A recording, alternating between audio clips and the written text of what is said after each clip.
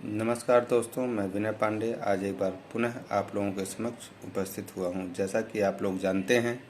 कि वर्तमान में हम राष्ट्रीय खाद्य सुरक्षा अधिनियम 2013 के कुछ महत्वपूर्ण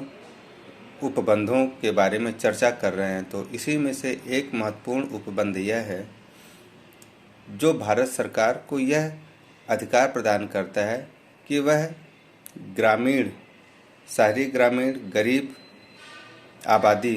को निःशुल्क या सस्ते दरों पर अनाज उपलब्ध कराए। जैसा कि पिछले वीडियो में मैंने आपको बताया था कि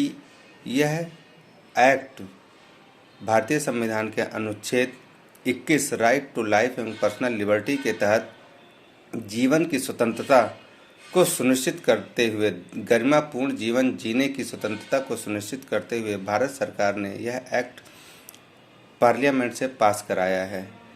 इस एक्ट की धारा 3 केंद्र सरकार को यह विशेष शक्ति उपबंधित करती है कि वह गरीब आबादी को, शहरी गरीब आबादी को या ग्रामीण गरीब आबादी को निःशुल्क या सस्ते दरों पर अनाज उपलब्ध कराए।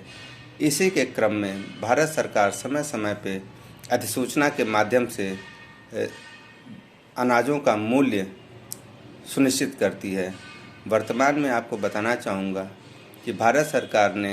अधिसूचना दिनांक 30 दिसंबर 2022 के माध्यम से यह निर्णय लिया है कि 1 जनवरी 2023 से 31 दिसंबर 2023 की अवधि तक राष्ट्रीय खाद्य सुरक्षा अधिनियम की धारा 3 के अंतर्गत प्रदत्त शक्तियों का उपयोग करते हुए सभी पात्र परिवारों को चावल, गेहूं और मोटा अनाज निःशुल्क प्रदान करने से संबंधित अधिसूचना जारी की थी। और इस अधिसूचना में यह भी कहा गया है कि यह आदेश तब तक जारी रहेगा जब तक कि इस संबंध में कोई अन्य आदेश अलग से नहीं पारित किया जाएगा। तो मित्रों, आपको यह बताना था कि कई सारे लोग यह कह रहे हैं कि सरकार फ्री में रेवड़ी बांट कर जो है लोगों को काहिल बना रही है। तो इस संबंध में आपको यह जानना अति आवश्यक है कि भारतीय संविधान के नीति निर्देशक तत्वों में एक उपबंध यह भी है कि सरकार अपने समस्त जनता को, यानी कि भारतीय नागरिकों को, उनके गरिमापूर्ण जीवन यापन